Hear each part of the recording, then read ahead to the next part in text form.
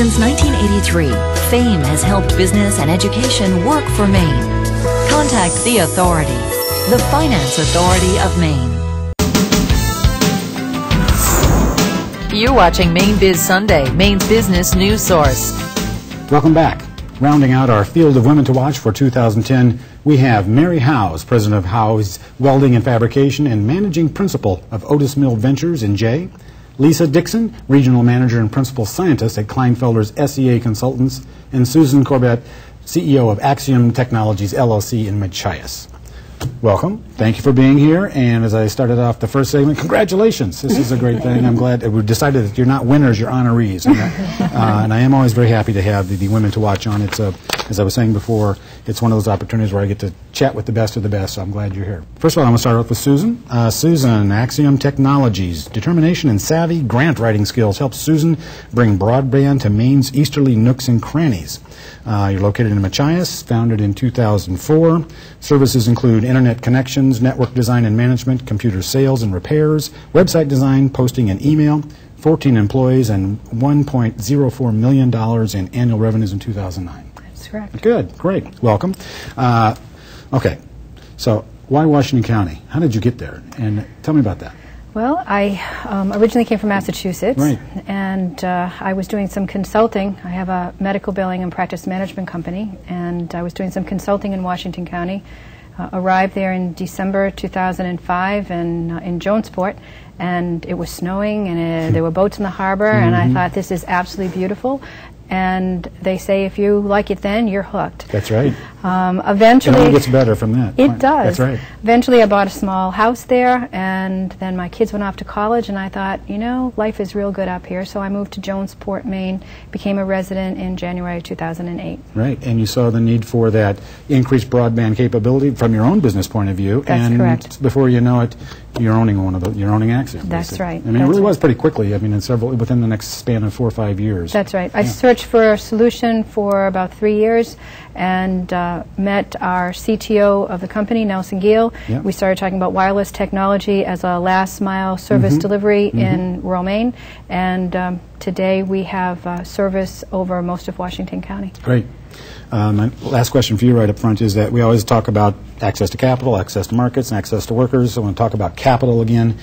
For your business model, in reading the profile on you, Axiom's growth plan, it was really important to be able to access those grants. That's Talk a little bit about that and why that was such an important part of your strategy. Governor Baldacci, in his State of the State 2005 address, talked about the need for broadband across the state. And the following year, the Connect Maine Authority was formed, and a budget was put together for serving the unserved areas in the state of Maine.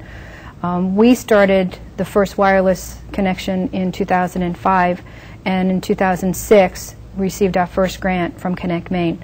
Axiom was self-funded. We reached a point that we were out of personal finance, and so the only way that we could continue the mission of bringing broadband to rural Maine was through Connect Maine support.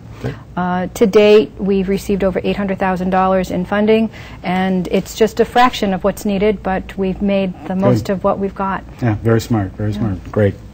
Mary, going to move to you next. Mary Howes, president of Howie's Welding and Fabrication and Otis Mill Ventures in Jay. It was founded in 1983. You provide welding and fabrication of steel, structural, and other metals. Have 10 employees, and in 2009, your annual revenue was $1.6 million. So, first of all, welcome. Great. Question I have for you is, let's talk about that. I mean, you did take over Howie's Welding and Fabrication when your first husband died. You were young and a young mother, but your children when he died at that time. Talk to me about that, the philosophy that you had that allowed you to go from that and become successful in taking over that business. It obviously was a very difficult time. I had two boys, ages 4 and 6, but the welding shop was all I had ever done. We started that right after I got out of high school, and I never thought about, you know, selling the business. I knew that we would continue, and I had a great support system, family, friends, had a great crew at the shop. And I guess philosophy is just you always need to put one foot in front of the other. No matter what's thrown at you, you adapt to change and try to stay positive. Yeah, and that's a theme that I found through all of the profiles of all the women to watch this year, that kind of adapting to change and really building on those transitions. You also said in your profile that you knew you had made it when you received the financing to buy the Androscoggin Mill, and we'll talk more about that later, but you had a $400,000 line of credit, I think, from AvCog. You were quoted as saying, I love this, "Oh, wow, I guess I have a little bit of pull." What did you mean by that? Well, I just felt like maybe I didn't have to prove myself as much as I had. You did prove yourself. I had. Yeah. I just felt like it was a success. They believed in what I was doing and believed that I could handle it, and had, my record spoke for itself, and it just felt really good. That's great. Let's see. Lisa Dickson, Regional Manager and Principal Scientist for Kleinfelder's SCA Consultants. You help clients bridge the gap between business and science, that divide. The company was founded in 1956. The services are architectural, engineer, and science consulting. 40 employees in Maine, including seasonal inspectors. Annual revenue of $40 million. I guess the question I have for you is, in 2009, Kleinfelder really had one of its best years, the best year in its 50-year history in terms of revenues, but it was in a downturn. Why is that? How did that happen? I think a lot of our work is really focused on large infrastructure projects, and that's where a lot of the revitalization and focus had been.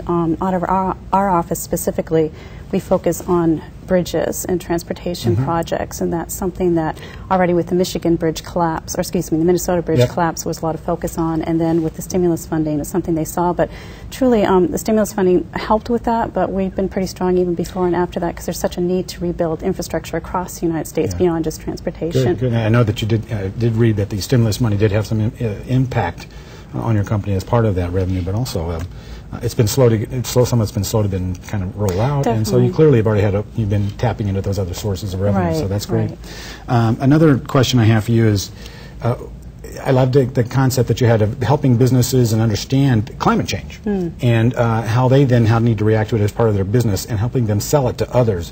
Why is it important to understand climate change from a bottom line business point of view? Why? Well, I think that the fact that the sustainability is really the new economic driver now, and the three things that are going to weigh in on whether or not a business is successful are carbon, energy, and water. And those are all obviously linked very much with the natural environment.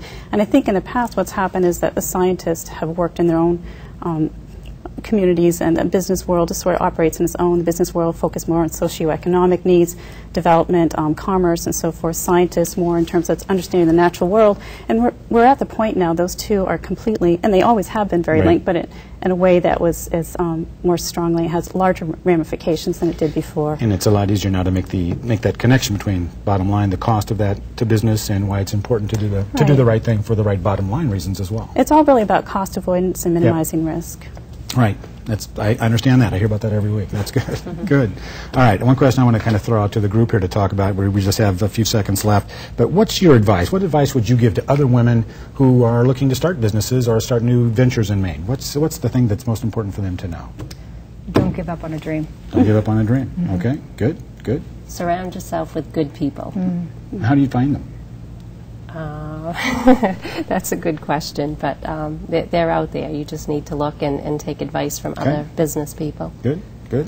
And I say, pursue what you're passionate about, because if you don't love it, you're not going to wind up being very good at it. Very good. I think those are good words to kind of wrap that segment up in. Thank you very much. We're going to keep you around and bring in the other two Women to Watch honorees, and for our afterthought segments, so we're going to keep you around. We're going to do an afterthought segment that will be shown on the web, so stick around. Glad you're here. Thanks for coming. Thank you. You can go to mainbiz.biz and click on the Maine Biz Sunday link to catch our exclusive Afterthought segment. All 5 Women to Watch for 2010 will stick around for additional candid and in-depth discussion that can be only seen on the web. Stay with us. We'll be right back with some final thoughts. Maine Biz Sunday is made possible in part by funding provided by the Finance Authority of Maine.